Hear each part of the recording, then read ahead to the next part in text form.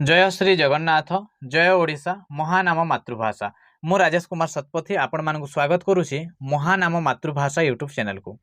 आज भिडियो रे उपन्यास श्रेणी विभाग उपरे मु आलोचना करने को जाउछि। तो उपन्यास श्रेणी विभाग हेउछि एक व्यापक प्रसंग कहीं ना आधुनिक समय रे देखा जाए अनेक प्रकार उपन्यास सब रचित हेउछि आउ अनेक समालोचक विभिन्न भागरे बा विभिन्न भाव रे उपन्यास गुडी को विभक्त करिसंती। तो गठन प्रणाली और विषय वस्तु दृष्टि उपन्यास को विभिन्न भाग में विभक्त करा जाए बा विभिन्न श्रेणीभुक्त करा जाए। गठन प्रणाली दृष्टि जदि देखिबा तेबे उपन्यास को मुख्यतः तीन भाग में विभक्त करा जाए यथा घटना प्रधान उपन्यास, चरित्र प्रधान उपन्यास एवं काव्यधर्मी उपन्यास।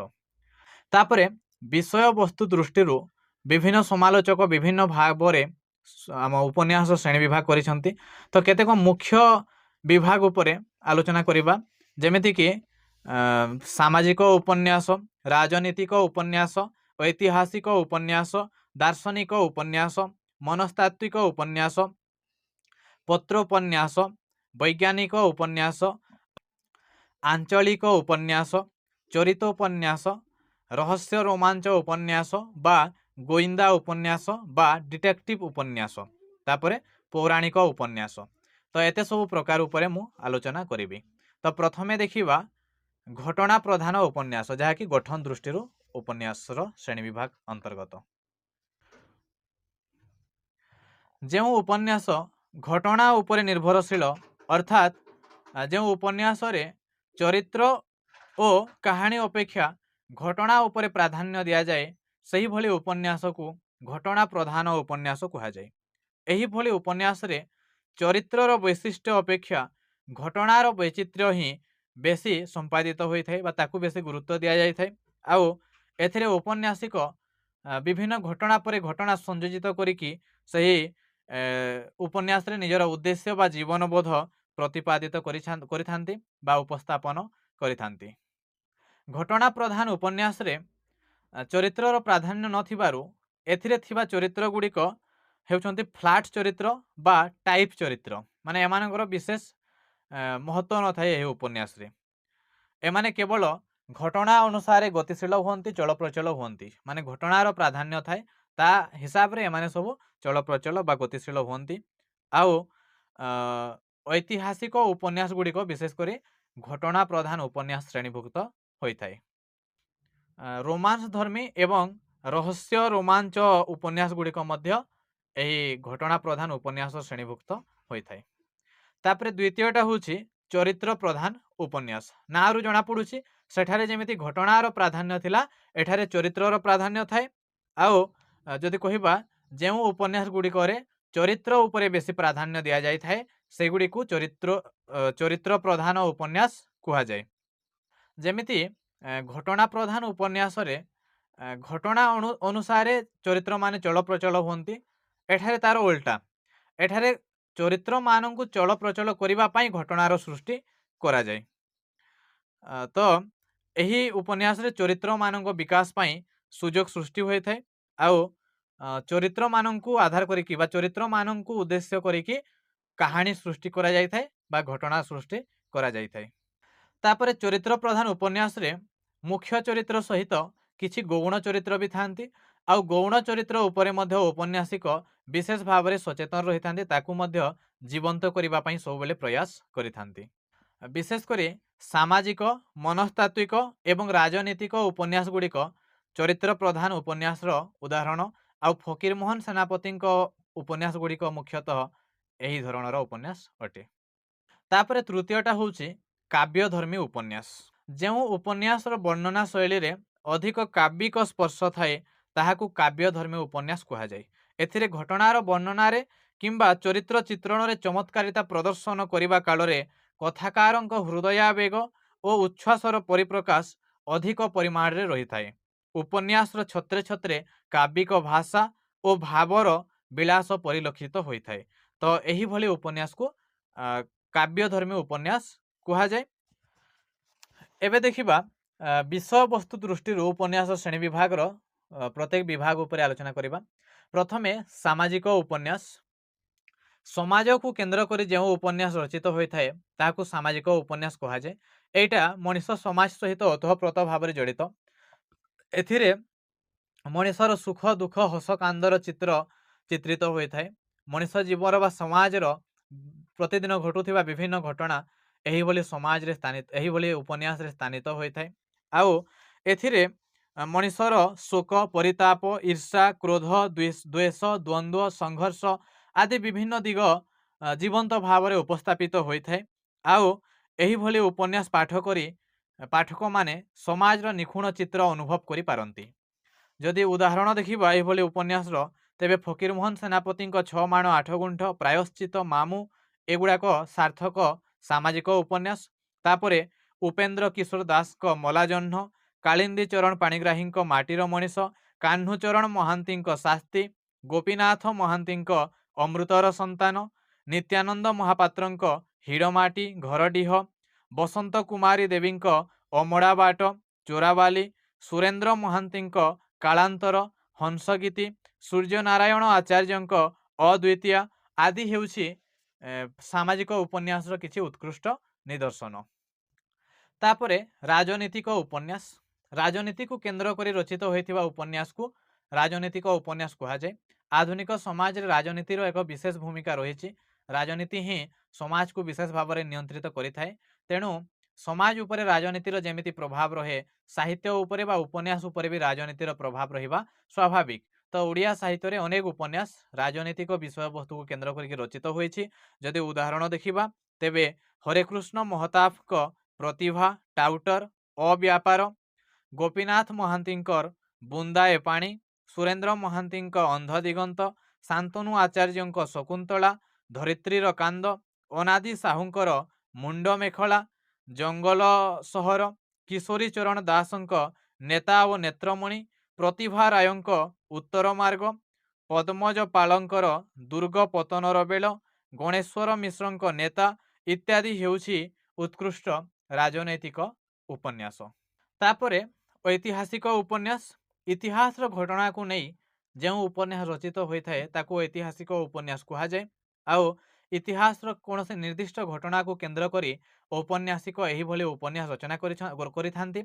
ଏହିଭଳି ଉପନ୍ୟାସ ରଚନା କରିବା ସମୟରେ ଦରକାର ପଡ଼ିଲେ ଐତିହାସିକ ଘଟଣାର କିଛି କିଛି ପରିବର୍ତ୍ତନ ବି କରିଥାନ୍ତି। ଆଉ କିଛି କିଛି କଳ୍ପନାର ବି ଆଶ୍ରୟ ନେଇଥାନ୍ତି, କାରଣ ଏହାକୁ ସାହିତ୍ୟ ରସରେ ରସାୟିତ କରିବାକୁ ପଡ଼ିଥାଏ। ତ କେତେକ କ୍ଷେତ୍ରରେ କଥାକାରଙ୍କର ଐତିହାସିକ ପଟ୍ଟଭୂମିରେ ଆଧୁନିକ ଜୀବନକୁ ଉପସ୍ଥାପିତ କରିବାର ଚେଷ୍ଟା ମଧ୍ୟ ଦେଖାଯାଏ। ତ ଯଦି ଆମେ ଏମିତି ଐତିହାସିକ ଉପନ୍ୟାସର ଉଦାହରଣ ଦେଖିବା, ତ ଅନେକ ଉଦାହରଣ ଓଡ଼ିଆ ସାହିତ୍ୟରେ ରହିଛି, ଯେମିତିକି ଫକୀରମୋହନଙ୍କ ଲଛମା, କାଳିନ୍ଦୀ ଚରଣଙ୍କ ମୁକ୍ତାଗଡ଼ର କ୍ଷୁଧା, କାହ୍ନୁଚରଣଙ୍କ ବାଲିରାଜା, ସ୍ୱପ୍ନନା ସତ୍ୟ, ସୁରେନ୍ଦ୍ର ମହାନ୍ତିଙ୍କ ନୀଳଶୈଳ, ନୀଳାଦ୍ରି ବିଜୟ, ମୁରଲୀଧର ମଲ୍ଲିକଙ୍କର ରକ୍ତ ଶପଥ, ଶାନ୍ତି ମହାପାତ୍ରଙ୍କ ବେଗମ ନୁରଜାହାନ, ନୃସିଂହ ଚରଣ ପଣ୍ଡାଙ୍କ ଖାରବେଳ ଚଣ୍ଡାଶୋକ, ବିଭୂତି ପଟ୍ଟନାୟକଙ୍କ ସୁଲତାନା, ପ୍ରତିଭା ରାୟଙ୍କ ଶିଳାପଦ୍ମ ଆଦି ହେଉଛି ଉଲ୍ଲେଖନୀୟ ଐତିହାସିକ ଉପନ୍ୟାସ। ତାପରେ ଦାର୍ଶନିକ ଉପନ୍ୟାସ। ଯଦି ଔପନ୍ୟାସିକ କୌଣସି ନିର୍ଦ୍ଦିଷ୍ଟ ଦାର୍ଶନିକ ମତବାଦର ପ୍ରକାଶ କରିଥାନ୍ତି ଉପନ୍ୟାସରେ, ବା କୌଣସି ନିର୍ଦ୍ଦିଷ୍ଟ ଦାର୍ଶନିକ ମତବାଦର ପ୍ରଚାର କରିବା ପାଇଁ ଚେଷ୍ଟା କରିଥାନ୍ତି ଉପନ୍ୟାସ ମାଧ୍ୟମରେ, ତେବେ ସେହି ଉପନ୍ୟାସକୁ ଦାର୍ଶନିକ ଉପନ୍ୟାସ କୁହାଯାଏ। ଏ ପ୍ରକାର ଉପନ୍ୟାସରେ ଔପନ୍ୟାସିକ ଇଚ୍ଛା କରୁଥିବା ମତବାଦର ପ୍ରଚାର ପାଇଁ କାହାଣୀ ଏବଂ ଚରିତ୍ର ନିର୍ବାଚନ କରିଥାନ୍ତି। ଉଦାହରଣ ସ୍ୱରୂପ ଚନ୍ଦ୍ରଶେଖର ରଥଙ୍କ ଯନ୍ତ୍ରାରୂଢ଼, ଅସୂର୍ଯ୍ୟ ଉପନିବେଶ ଆଦି ହେଉଛି ଏହି ଶ୍ରେଣୀର ଉପନ୍ୟାସ। ତାପରେ ମନସ୍ତାତ୍ତ୍ୱିକ ଉପନ୍ୟାସ। ମନସ୍ତାତ୍ତ୍ୱିକ ଉପନ୍ୟାସ ମଣିଷର ମନକୁ ଚିହ୍ନାଇ ଦିଏ। ଏଥିରେ ମଣିଷର ମନର ବ୍ୟାଖ୍ୟା ରହିଥାଏ। ମଣିଷର ଅନ୍ତର୍ନିହିତ ପ୍ରକୃତି ଓ ପ୍ରବୃତ୍ତିର ସୂକ୍ଷ୍ମ ତଥା ମନସ୍ତାତ୍ତ୍ୱିକ ବିଶ୍ଳେଷଣ ଏହିଭଳି ଉପନ୍ୟାସରେ କରାଯାଇଥାଏ। ତ ମଣିଷ ମନର ବିଶ୍ଳେଷଣ କରିବା ସମୟରେ କଥାକାର ଏହିଭଳି ଉପନ୍ୟାସରେ ଘଟଣା ଏବଂ ପରିବେଶ ଉପରେ ମଧ୍ୟ ବିଶେଷ ଭାବରେ ଧ୍ୟାନ ଦେବାକୁ ପଡ଼ିଥାଏ। ଆଉ ଏସବୁ ପ୍ରତି ସଚେତନ ରହିକି ହିଁ ସେ ଏହିଭଳି ଧରଣର ଉପନ୍ୟାସ ରଚନା କରିଥାନ୍ତି। ଆଧୁନିକ ଯୁଗରେ ମନୋବିଜ୍ଞାନର ବିକାଶ ଫଳରେ ମାନବ ମନର ବିଭିନ୍ନ ସ୍ତର ଏବଂ ମାନବ ଉପରେ ସେସବୁର ପ୍ରଭାବକୁ ନେଇ ଅନେକ ଉପନ୍ୟାସ ରଚିତ ହୋଇଛି। ଯଦି ଉଦାହରଣ ଦେଖିବା, ବୈଷ୍ଣବ ଚରଣ ଦାସଙ୍କ ମନେ ମନେ, ଉପେନ୍ଦ୍ର କୁମାର ଦାସଙ୍କ ମଲାଜହ୍ନ, ଗୋପୀନାଥ ମହାନ୍ତିଙ୍କ ରାହୁର ଛାୟା, କାହ୍ନୁଚରଣଙ୍କ କା, ଗୋବିନ୍ଦ ଦାସଙ୍କ ଅମାବାସ୍ୟାର ଚନ୍ଦ୍ର, ଶାନ୍ତନୁ ଆଚାର୍ଯ୍ୟଙ୍କ ଶତାବ୍ଦୀର ନଚିକେତା ଆଦି ହେଉଛି ମନସ୍ତାତ୍ତ୍ୱିକ ଉପନ୍ୟାସର ଉଦାହରଣ। ତାପରେ ପତ୍ରୋପନ୍ୟାସ, ଏହି ଧରଣର ଉପନ୍ୟାସରେ ଚରିତ୍ରମାନଙ୍କର ଆତ୍ମକଥା ଓ ଅନୁଭୂତି ପତ୍ର ଆକାରରେ ପ୍ରକାଶିତ ହୋଇଥାଏ। ଗୋଟିଏ ପତ୍ର ପରେ ଆଉ ଗୋଟିଏ ପତ୍ର ସଂଯୋଜନା କରି କରି କଥାକାର କଥାବସ୍ତୁକୁ ଆଗେଇ ନେଇଥାନ୍ତି, ଆଉ ପାଠକ ଉତ୍କଣ୍ଠାର ସହିତ ପତ୍ର ପରେ ପତ୍ର ପଢ଼ି ପଢ଼ି ଚାଲିଥାଏ। ଓଡ଼ିଆ ସାହିତ୍ୟରେ ଗୋଦାବରୀଶ ମହାପାତ୍ରଙ୍କ ପ୍ରେମ ପଥେ, ରାଜକିଶୋର ପଟ୍ଟନାୟକଙ୍କ ପଞ୍ଜୁରୀ ପକ୍ଷୀ, ସୁରେନ୍ଦ୍ର ମହାନ୍ତିଙ୍କ କଲେଜ ବୟ, ବସନ୍ତ କୁମାରୀ ପଟ୍ଟନାୟକଙ୍କ ଅଲିଭା ଚିତା, ନଟବର ପ୍ରଧାନଙ୍କ ଦୁଇଟି ମିଶାବନ୍ଦୀର କାହାଣୀ, ବିଭୂତି ପଟ୍ଟନାୟକଙ୍କ ଦିନ ଯାଏ ଚିହ୍ନ ରହେ, ପରମାନନ୍ଦ ମିଶ୍ରଙ୍କ ବିରହ ମିଳନ, ଏଗୁଡ଼ିକ ହେଉଛି ପତ୍ରୋପନ୍ୟାସର ଉଦାହରଣ। ତାପରେ ବୈଜ୍ଞାନିକ ଉପନ୍ୟାସ, ଆଧୁନିକ ଯୁଗ ହେଉଛି ବିଜ୍ଞାନର ଯୁଗ।